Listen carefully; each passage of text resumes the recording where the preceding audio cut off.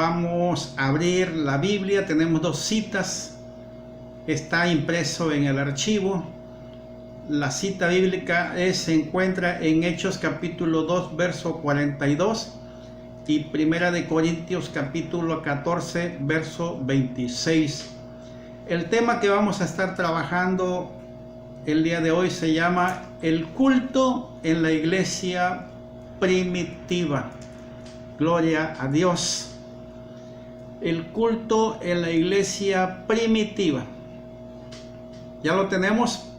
Hechos capítulo 2, verso 42 y Primera de Corintios capítulo 14, 26. Lo voy a leer. Amén. Gloria a Dios. Y dice así la bendita y santa palabra de Dios. Y perseveraban en la doctrina de los apóstoles, en la comunión unos con otros, en el partimiento del pan y en las oraciones. Eso es en Hechos capítulo 2, verso 42, la primera cita. Y la segunda cita, Primera de Corintios capítulo 14, verso 26, dice: ¿qué hay pues, hermanos, cuando os reunís? Cada uno de vosotros tiene salmo, tiene doctrina, tiene lengua, tiene revelación, tiene interpretación. Hágase todo para edificación. Bendita es la palabra de nuestro Dios. Ya hemos orado, así que vamos a continuar. El culto en la iglesia primitiva estaba centrado en Cristo. Y la adoración era exclusivamente a Él, para agradarle y obedecerle, servirle. Este era el motivo principal de las reuniones. Los elementos fundamentales de sus celebraciones eran la palabra, la comunión, la oración y las manifestaciones del Espíritu. Gloria a Dios. O sea que el culto daba importancia a la enseñanza de la doctrina. Y es lo que estamos haciendo nosotros. La enseñanza de la doctrina que el Señor Jesús le enseñó a los discípulos. Y recuerden que también nosotros somos discípulos de Jesús. Los apóstoles tenían claro, o muy claro, cuál era su función en el desarrollo de los primeros creyentes. La orden del maestro fue que tenían que hacer discípulos, enseñándoles lo que él le había transmitido a ellos. La enseñanza de los apóstoles incluía toda la doctrina de Jesucristo, los principios éticos del reino, la importancia y la obra del Espíritu Santo, además de la esperanza bienaventurada del inminente regreso del Señor Jesucristo. Los apóstoles tenían como prioridad el estudio de la palabra para que su labor no tuviera tropiezo cuando surgieran problemas administrativos entre la congregación de los creyentes. Ellos afirmaron con determinación que no podían dedicarse a las tareas que lo distrajeran de su trabajo principal. Y recuerden que Hechos capítulo 6, verso 2 exclaman: no es justo que nosotros dejemos la palabra de Dios para servir a las mesas. Y hoy todo el mundo quiere servir a las mesas, pero no quieren servir llevando la palabra de Dios.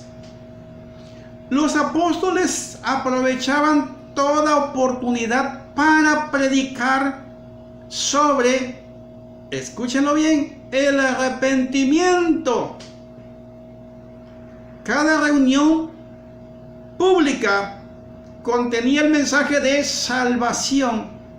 Arrepentíos y bautícense cada uno. Hechos capítulo 2, verso 38.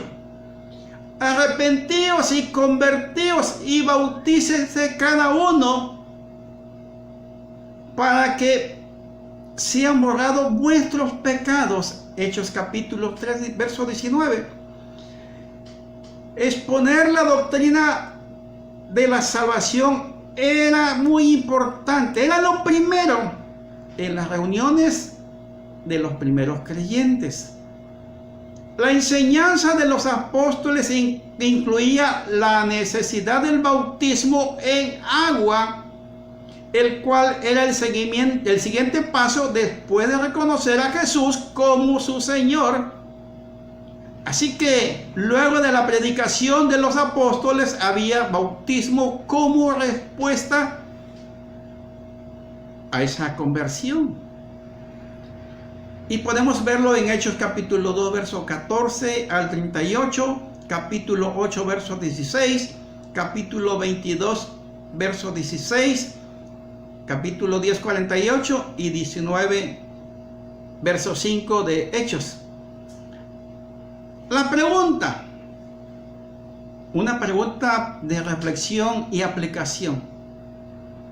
¿Cree usted que la predicación actual ha descuidado el tema del arrepentimiento para el perdón de pecados? Al rato vamos a hacer la reflexión, terminando esto. Punto 2. El culto celebraba la comunión. O sea, que los cristianos reconocieron la importancia de la reunión para fortalecer los lazos de la comunión. Entendían que era una fraternidad, es decir, una comunión de hermanos. Por ello no solo asistían a los servicios del templo en Jerusalén, sino que se congregaban en las casas para rendir culto a Dios y fomentar la unidad. Ahorita nosotros nos estamos reuniendo en casa, por eso se llama la iglesia En Tu Casa.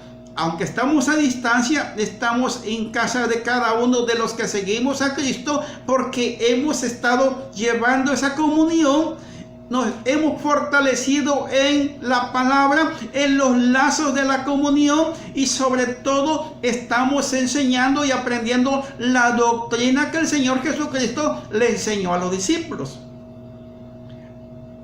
Ellos perseveraban en la comunión unos con otros.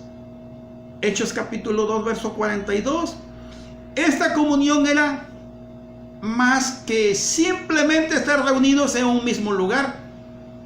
Los creyentes estaban seguros de que era un mismo pueblo bajo el señorío de Jesucristo y participando del mismo espíritu. Era más que una sociedad que compartía intereses similares. Eran el cuerpo de Cristo y compartían juntos la vida del Señor. Este espíritu de unidad les impulsaba a desprenderse de sus posesiones para atender a los más necesitados. Óigalo bien. Hechos capítulo 2, verso 44, verso 45. No vendían nada, ni tenían que pagar nada. Ellos se desprendían para ayudar a los necesitados, lo dice la palabra de Dios. Ahora, en el partimiento del pan, la expresión se refiere probablemente a la celebración de la Cena del Señor, que nosotros la conocemos como la Santa Cena. Compare con 1 Corintios capítulo 10, verso 16. La iglesia primitiva acostumbraba a celebrar el domingo, el día primero de la semana. A través del cumplimiento de esta ordenanza, la iglesia conmemoraba la muerte de Jesús en la cruz. Este sacramento también servía para señalar la comunión de los creyentes como miembros del cuerpo de Cristo. 1 Corintios capítulo 10, verso 17. Asimismo les permitía fortalecer su esperanza en el pronto regreso de Jesucristo. Mateo 26, verso 29, la iglesia primitiva vivía esperando el retorno del Señor. Cada reunión era una fiesta donde el anhelo de todos era que Él los encontrara unidos en su nombre y los llevara con Él por la eternidad. Y eso es lo que tenemos que hacer nosotros, estar esperando ese regreso del Señor Jesucristo, que pronto vendrá por su iglesia. Y cuando estemos reunidos, tenemos que adorar, tenemos que hacer fiesta, porque tenemos que alegrarnos que el Maestro viene pronto por su iglesia. Existe una referencia a la convivencia que había entre los creyentes cada vez que se reunían. Y Lucas menciona también que partiendo el pan en las casas, o sea que comían juntos con alegría y sencillez de corazón. Hechos capítulo 2, verso 46. Y esto eran unas reuniones, eran comidas fraternas que servía para fomentar la unidad. Podemos notar la actitud que prevalecía en la primera comunidad. En primer lugar, prevalecía la alegría. No había divisiones, porque la división produce encono y enemistad. Y el amor de Cristo resulta en el cristiano gozo. En segundo lugar, se distingue por la sencillez. No había suntuosidad. Todos por igual podían participar en estas actividades. Estas comidas fueron conocidas posteriormente como ágapes. O sea, eran una comida de amor fraternal. Y podemos ver, hemos leído que al celebrar sus reuniones, los primeros creyentes lo hacían sin distinción de personas. No había clase social o raza. Cristo era el centro de su reunión y el motivo de su alabanza. No había divisiones, como ya dije hace un momento, ya que el vínculo era suficiente para cubrir cualquier diferencia entre ellos. Y otra pregunta que vamos a analizar al terminar: ¿qué ideas puede usted aportar para promover en su congregación una sana convivencia que fortalezca la unidad? Muy buena pregunta. Tercero, el culto se distinguía por la oración y las manifestaciones del Espíritu. Podemos ver que las oraciones y las manifestaciones espirituales iban de la mano en las reuniones de la iglesia primitiva. Lo importante era mantener una relación íntima con el Señor. Ellos amaban y esperaban ver pronto las manifestaciones espirituales.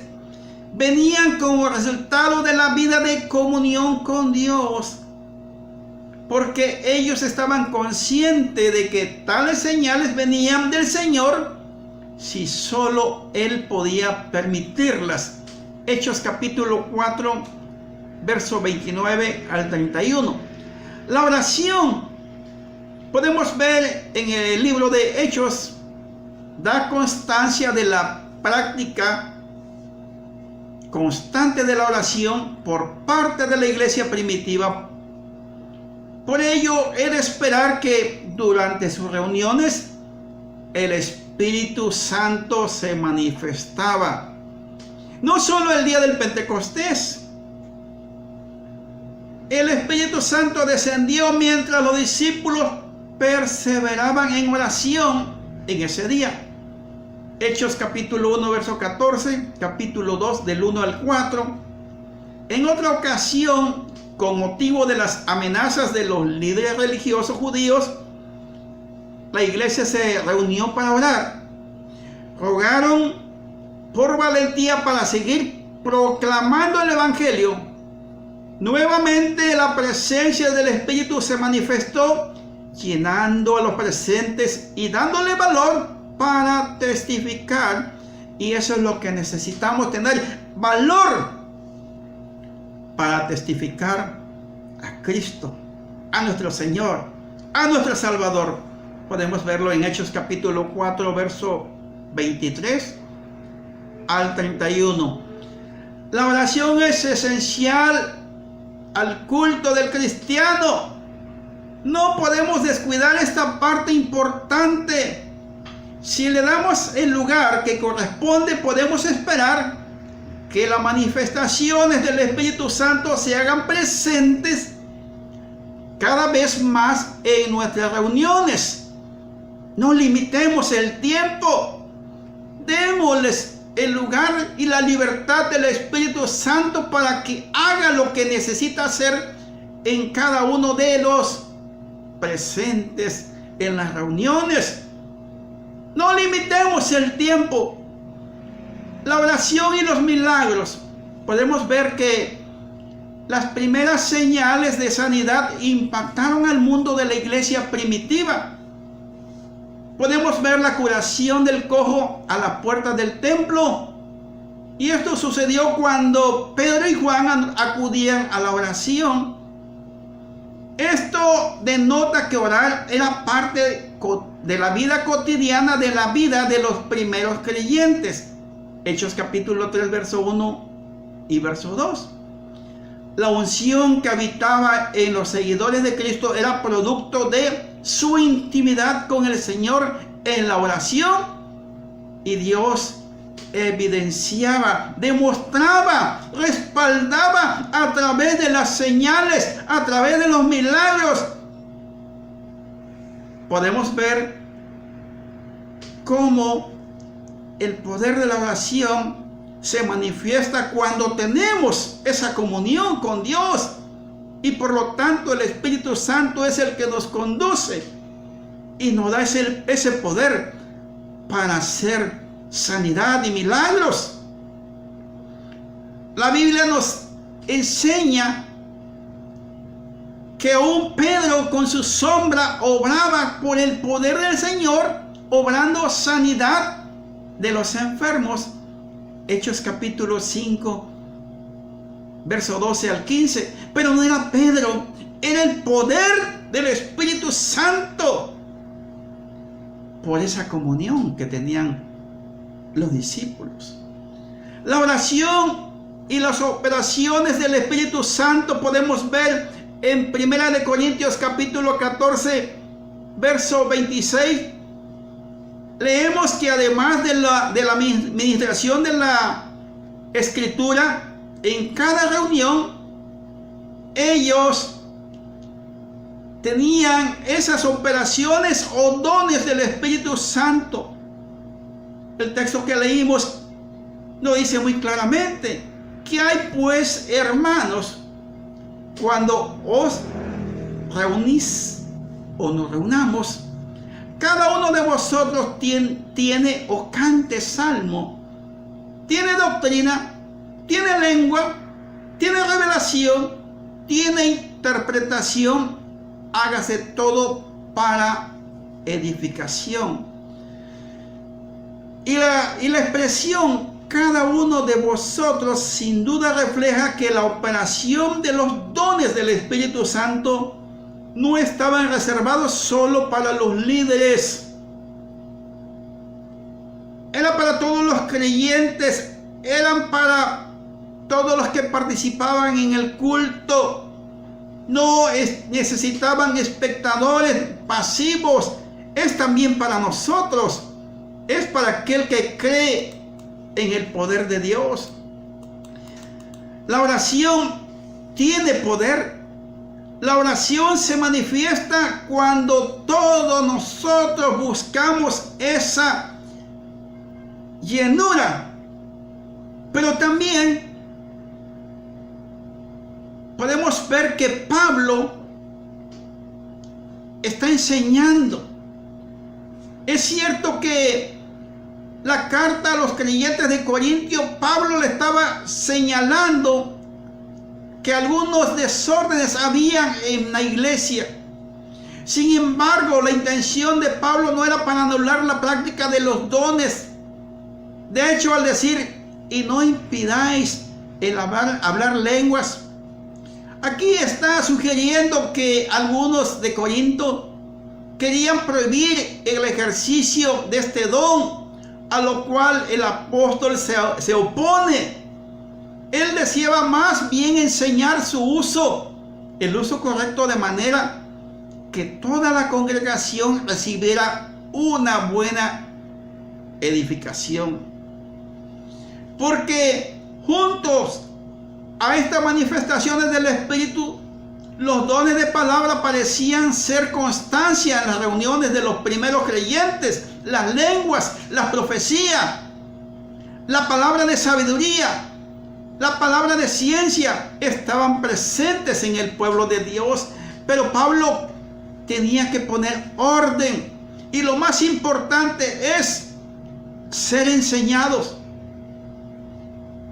así como nosotros estamos siendo enseñados. El principio que ha de prevalecer entonces no es de la supresión de las operaciones del Espíritu Santo, sino la decencia y el orden. Primera de Corintios capítulo 14, verso 39 y 40. Además, que se buscara dar prioridad a aquellos dones que edifiquen a la armonía, para que todos aprendan y todos sean exhortados. Primera de Corintios capítulo 14, verso 31.